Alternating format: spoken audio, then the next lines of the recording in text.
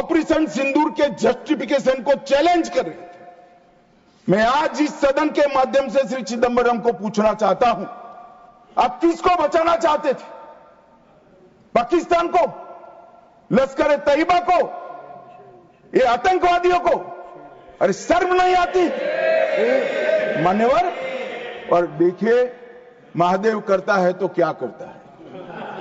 जिस दिन सवाल पूछा उसी दिन ये तीनों आतंकवादी ढेर हो गए और जवाब तो घटनाक्रम ने दिया। मगर ये कांग्रेस पार्टी की मानसिकता पूरी दुनिया के सामने चिदंबरम साहब ने उजागर कर दी। हमारी वोट बैंक के लिए हम पाकिस्तान का समर्थन करते हुए भी नहीं डरेंगे। हमारी वोट बैंक के लिए लश्कर ए तोयबा को बचाने से भी हम नहीं डरेंगे और हमारी वोट बैंक के लिए आतंकवादियों को शेल्टर देते हुए, शाब्दिक शेल्टर देते हुए भी हम नहीं डरेंगे। मान्यवर, ये कांग्रेस की मानसिकता है। और अभी अभी पृथ्वीराज चौहान साहब का इंटरव्यू आ गया। उन्होंने कहा ऑपरेशन का नाम धर्म के आधार पर रखने के अलावा इनको कुछ नहीं आता है। मान्यवर, कांग्रेस पार्टी बैठी नहीं है, उनको मालूम नहीं है हर हर महादेव सिर्फ धर्म का नारा नहीं है। शिवाजी महाराज ने जो मुगलों के खिलाफ लड़ाई लड़ी, स्वतंत्रता की लड़ाई लड़ी और शिवाजी महाराज की सेना का युद्ध घोष था हर हर महादेव। और ये प्रतीक है, ये प्रतीक है हर प्रकार के भारत पर के हमले का, भारत की संप्रभुता पर हमले का और भारत की सीमाओं पर अतिक्रमण के जवाब देने का। और मैं आज यहां से चौहान साहब को भी कहना चाहता हूं कि आप क्या नाम रखना चाहते थे, क्या नाम रखना चाहते, उसका जवाब दीजिए।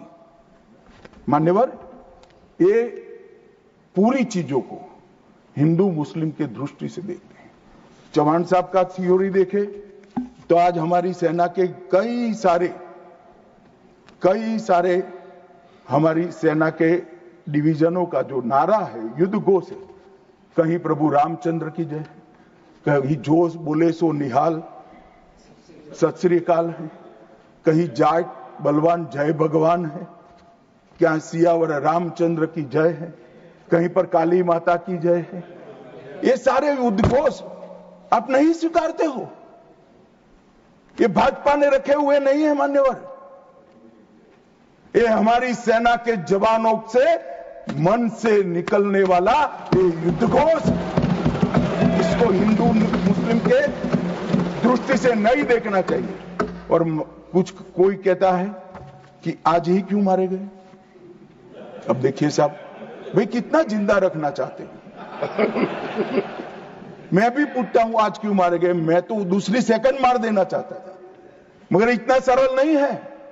जिन ऊंचाइयों पर ये छुपे हैं, जिस प्रकार की निर्जन जगहों पे 22 दिन तक सीआरपीएफ सेना और जम्मू कश्मीर की पुलिस ड्रोन से भेजे हुए खाना खाकर इतनी कठिन परिस्थिति में इनका पीछा कर कर मारा है और आप मुहूर्त पूछ रहे हो क्योंकि क्यों नहीं मानना है आज?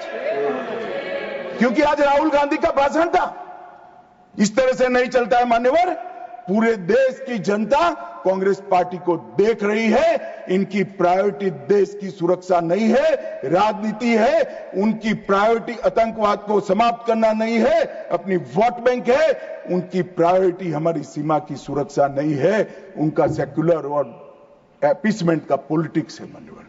मगर हम इससे इत्तेफाक नहीं रखते मान्यवर। आज मैं ऑपरेशन सिंदूर के बारे में भी बताना चाहता हूं। 22 अप्रैल को हमला हुआ। 22 अप्रैल को ही मेरी प्रधानमंत्री जी से बात हुई। वो विदेश थे। लगभग 2-2:30 बजे के सुमार पे बात हुई। मैं शाम होने से पहले ही श्रीनगर पहुंच गया था। दूसरे दिन सुबह सुरक्षा बैठक उसी रात को कर दूसरे दिन सुबह जहां मृतदेह थे वहां जाकर उनको श्रद्धांजलि देने के लिए गया। मान्यवर, वो मेरे जीवन का ऐसा दिन है जो मैं कभी नहीं भूल सकता। एक 6 दिन की शादी एक बच्ची ने जिसकी शादी को 6 दिन हुए हैं, वो विधवा होकर हमें पूछती थी कब इसका बदला लिया जाएगा। मान्यवर, सब लोग क्षुब्ध थे, ना पानी पिया था, ना चाय पी थी, ना पीने की स्थिति थी। मैं मेरे जीवन में वो दृश्य नहीं भूलता। आज भी वो दृश्य आ जाता है तो नींद से खड़ा हो जाए, इस प्रकार की वेदना होती है। मान्यवर, ऐसा जघन्य अपराध कभी नहीं हुआ। धर्म के नाम पर पूछकर चुन चुन कर इनके परिजनों के सामने मरे, छोटी बच्चियां, छोटे बच्चे, वृद्ध मां, उनकी पत्नियां, उनकी बहनें, इस सब के सामने मारा गया। और क्यों मारा गया?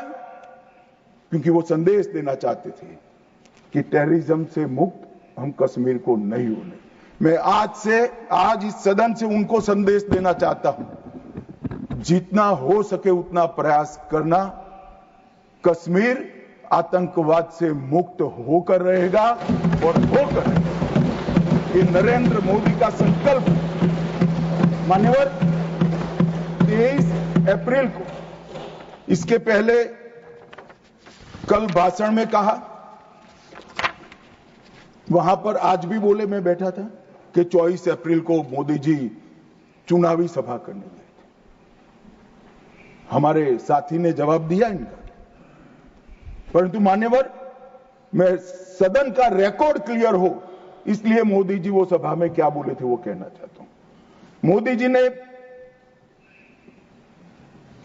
24 अप्रैल को बिहार की जनसभा में जो कहा था वो चुनावी सभा नहीं थी। इस देश के प्रधानमंत्री की जिम्मेदारी है कि देश की जनता की भावनाओं को दुनिया के सामने ढंग से रखे। मैं कोट अनकोट उनके भाषण को पढ़ता हूं। मैंने 22 अप्रैल को पहलगांव का यह हमला केवल निहत्थे पर्यटकों पर नहीं बल्कि पूरे भारत की आत्मा पर हुआ एक दुस्साहसपूर्ण प्रहार है। आतंकवाद के प्रति दृढ़ और कड़ा रुख, आतंकवादियों और इस हमले की साजिश रचने वालों की कल्पना से भी बढ़कर उनको बड़ी सजा दी जाएगी। आतंकियों के बीच बची खुची जितनी भी भूमि है उसको मिट्टी में मिलाने का समय आ गया। 140 करोड़ भारतीय इस बात के लिए एकजुट है कि आतंक के आकाओं की कमर तोड़ दी जाएगी। भारत हर एक आतंकवादी और उनकी समर्थकों की पहचान करेगा, उनका पता लगाएगा, उनको दंडित करेगा। आतंकवाद कभी भी भारत की आत्मा को तोड़ नहीं पाएगा। न्याय सुनिश्चित करने के हर प्रयास किए जाएंगे। और आज मैं मोदी जी को बहुत बहुत साधुवाद देता हूं उनकी दूरदर्शी। उनका बोला हुआ एक एक शब्द आज सच हुआ है। उन्होंने कहा था आतंकवादियों की बची खुची जमीन मिला देंगे, मिट्टी में मिला देंगे। साहब, उनके ट्रेनिंग के बाद मिट्टी में मिले हैं, इनके हेडक्वार्टर मिले हैं, उनके लॉन्च पैड भी मिट्टी में मिलकर जमीन दोस्त। उन्होंने कहा कि इनके आकाओं को नहीं छोड़ेंगे। मैं बाद में लिस्ट पढ़ता हूं। इनको भेजने वालों को भी हमारी सेनाओं ने मिट्टी में मिला दिया। उन्होंने कहा आतंकवादियों को भी नहीं छोड़ेंगे। ऑपरेशन महादेव ने वो तीनों आतंकवादियों को समाप्त कर दिया। मान्यवर, एक प्रकार से मोदी जी ने कहा हुआ वाक्य, हमारी सेना, हमारी वायुसेना, हमारी जल सेना और सभी पैरामिलिट्री फोर्स और जम्मू कश्मीर पुलिस ने उसको अपना कर्म का रास्ता बना दिया और कठोर दंड देने का काम किया है। मान्यवर, 23 अप्रैल को ही एक सीसीएस की मीटिंग बुलाई गई। सीसीएस की मीटिंग में कठोर संदेश देने का काम न केवल पाकिस्तान को, पूरी दुनिया को, कि भारत की सीमा और भारत की सेना, भारत के नागरिक और भारत की संप्रभुता इसके साथ खिलवाड़ नहीं करते, वरना परिणाम भुगतने पड़ते हैं। मानव उन्होंने तय किया सीसीएस की बैठक में 1960 की जवाहरलाल नेहरू के द्वारा की गई एक तरफा पाकिस्तान के फायदे वाली सिंधु जल संधि को तत्काल प्रभाव से रोक लिया जाए। मान्यवर, ऐतिहासिक फैसला है। हम सब वर्षों से मानते थे कि हिंदू जल संधि एक तरफा है, हमारा पानी 80% वहां नहीं जा सकता। मान्यवर, वहां तक कि वहां से गाद निकालने की भी परमिशन, उनकी कैनाल बनाने के पैसे भी भारत ने भेजे। और मान्यवर, ये पानी पर अधिकार है भारत के किसानों। कश्मीर, पंजाब, हरियाणा, राजस्थान और दिल्ली का पीने का पानी अब कुछ ही समय में सिंधु के माध्यम से राजस्थान तक पहुंचेगा। एकीकृत जांच चौकी अटारी की जो चल रही थी उसको हमने बंद कर दिया। सार्क वीजा समाप्त कर दिया। 24 घंटे में सारे पाकिस्तानी नागरिकों को हमने वापस भेजना शुरू कर दिया। नई दिल्ली स्थित पाकिस्तानी उच्चायोग में रक्षा, सैन्य, नौसेना और वायुसेना के सलाहकारों को अवांछित व्यक्ति घोषित किया गया और दोनों उच्चायोग में स्टाफ को कम करा दिया गया। 55 से घटकर 30 करा दिया और सीसीएस ने संकल्प लिया कि भेजने वाले और कृत्य करने वाले दोनों को दंडित किया जाएगा। इसके लिए सेना को खुली छूट देने का काम सीसीएस ने। ये पूछ रहे थे कल क्या हुआ, कैसे हुआ। सीसीएस के फैसले जो है वो मीडिया में आए थे मगर उनको पढ़ना नहीं है, क्योंकि सारे जो फैसले लिए वो उनके द्वारा किए हुए निर्णयों को रद्द करने के और उनकी नीतियों के खिलाफ जो निर्णय हुए वो है। मान्यवर, 30 अप्रैल को सशस्त्र बलों को ऑपरेशनल फ्रीडम देने का काम प्रधानमंत्री जी ने किया कि रक्षा मंत्रालय और सेना दोनों मिलकर तय करेंगे टारगेट क्या होगा, तरीका क्या होगा, स्थान क्या होगा और समय क्या होगा। और इसको हमारे सेना के जवानों ने इसको बहुत बखूबी निभाया। मान्यवर, मैं तीनों सेनाओं को इस सदन के इस चर्चा में बहुत बहुत सम्मान के साथ साधुवाद देना चाहता हूं। 7 मई को रात को 1:04 पर पाकिस्तान के 9 आतंकी अड्डों को ध्वस्त कर दिया। रक्षा मंत्री जी ने लोकसभा में बताया कम से कम 100 लोग मरे, 100 से ज्यादा मरे मगर कम से कम 100 मरे हैं। और मान्यवर, लश्कर ए तैयबा, जैसे मोहम्मद और हिजबुल मुजाहिदीन, ये तीनों के हेडक्वार्टर को ध्वस्त करने का काम नरेंद्र मोदी सरकार ने किया, हमारी सेनाओं ने। और मान्यवर, हमने तुरंत ही उनको सूचना दे दी थी। हमने उनको बताया मरकज सुभानअल्लाह बहावलपुर, मरकज तैयबा मुरीद के Mehmoona Joya camp Sialkot, Sarjal camp Sialkot, Sawai Nala camp Muzaffarabad, Syedna Bilal camp Muzaffarabad, Gulpur camp Kotli, Barnala camp Bhimber और अब्बास कैंप कोटली, उसको हमने समाप्त कर दिया है, तोड़ दिया है। और ये हमारे आत्मरक्षा के अधिकारों को उपयोग करते हुए कहा है, हमारी कार्यवाही समाप्त हुई है। मैं बाद में आता हूं, ये पाक ऑक्यूपाई कश्मीर क्यों नहीं लिया, ये क्यों नहीं करा, वो क्यों नहीं करा। पहले तो वो सोचते थे कि कुछ ही नहीं होगा, हो गया तो ये क्यों नहीं हुआ। मैं कांग्रेस पार्टी को कहना चाहता हूं, पाक ऑक्यूपाई कश्मीर आपने दिया था मगर लेने का काम भारतीय जनता पार्टी की सरकार ही करेगी और कोई नहीं। मानव, हमने तो हमला किया था आतंकवादी अड्डों पर, उनके हेडक्वार्टर पर, उनके संगठनों पर, उनके ट्रेनिंग कैंप पर, उनके लॉन्चिंग पैड पर, और हमारे आतंकवाद के ऊपर ये हमले को पाकिस्तान अपने पर का हमला समझ बैठा। और उन्होंने 8 मई को अपने रिहायशी इलाकों पर गोलीबारी, हमारे सेना के इंस्टॉलेशन पर मिसाइल शो, ड्रोन फेंके, कोई पहुंच नहीं पाया। मगर नदी की सीमा में गोलीबारी से निर्दोष नागरिक जो घूम रहे थे वो हताहत हुए। मान्यवर, फिर भी भारत ने संयम रखा। उन्होंने गुरुद्वारा तोड़ा, हम कुछ नहीं बोले। उन्होंने मंदिर तोड़ा, कुछ नहीं बोले। भारत ने तय कर लिया कि हम इसका जवाब उनकी रक्षा की क्षमता को क्षीण करने के लिए, कम करने के लिए करें। और इसलिए 9 मई को भारत की सेना ने 11 एयरबेस को ध्वस्त कर दिया, इनके डिफेंस इंस्टॉलेशन और एयरबेस।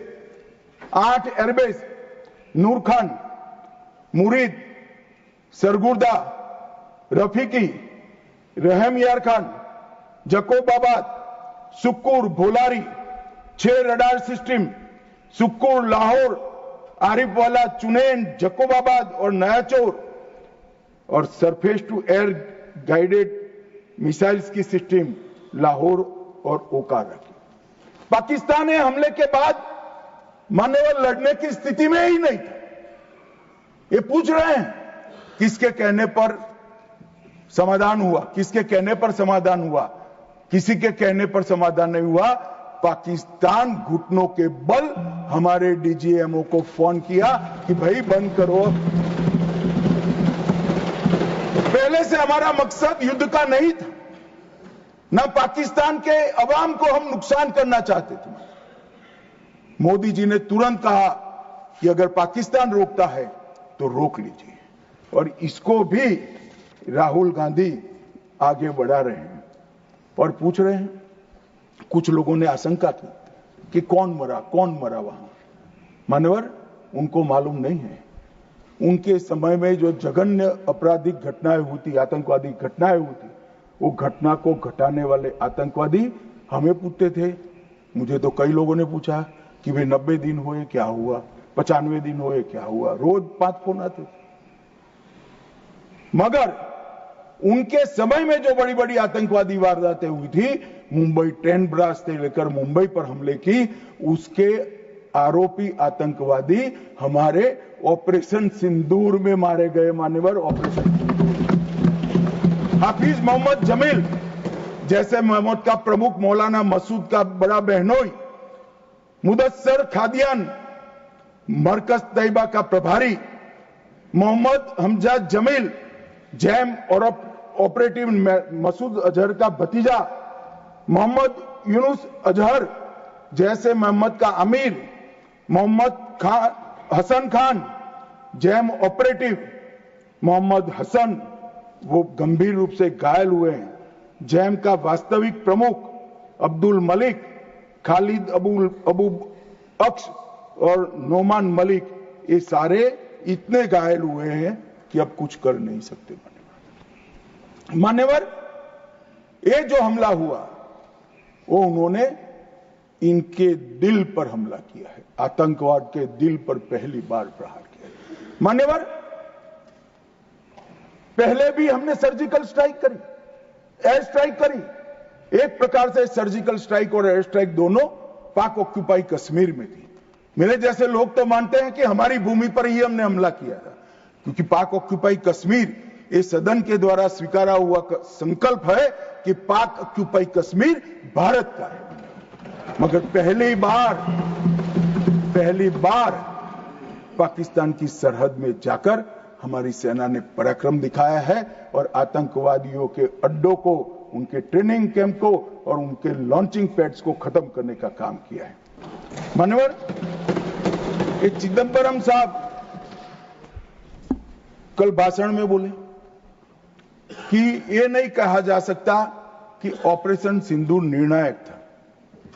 चिदंबरम साहब यहां है नहीं, मगर मैं उनको जवाब देना जरूर चाहता हूं कि चिदंबरम साहब, अगर 65 की लड़ाई निर्णायक थी क्या, तो फिर टेररिज्म क्यों फैला? 71 की लड़ाई निर्णायक थी क्या, तो टेररिज्म क्यों फैला? और अनेक बार जो कार्यवाही हुई वो निर्णायक थी क्या? मान्यवर, जब तक दुश्मन या तो डर नहीं जाता या सुधर नहीं जाता, कभी निर्णायक अंत नहीं आएगा। मान्यवर, इतने सालों तक उनको डराने की, दंडित करने की कोई प्रक्रिया ही नहीं हुई। क्यों डरेंगे वो? हम तो डोजियर पर डोजियर भेजते रहे, कभी उनको जवाब नहीं दिया। नरेंद्र मोदी ने जवाब दिया मान्यवर, सर्जिकल स्ट्राइक करी, एयर स्ट्राइक करी और ऑपरेशन सिंदूर। खौफ पैदा हो गया है। मुझे मालूम नहीं, मेरे पास सूचना नहीं, रात को भी जब जाते होंगे स्वप्न में हमारी मिसाइल से दिखाई पड़ती होगी। ये डर से ही शांति होती है, ये सुधरने वाले लोग नहीं है मान्यवर।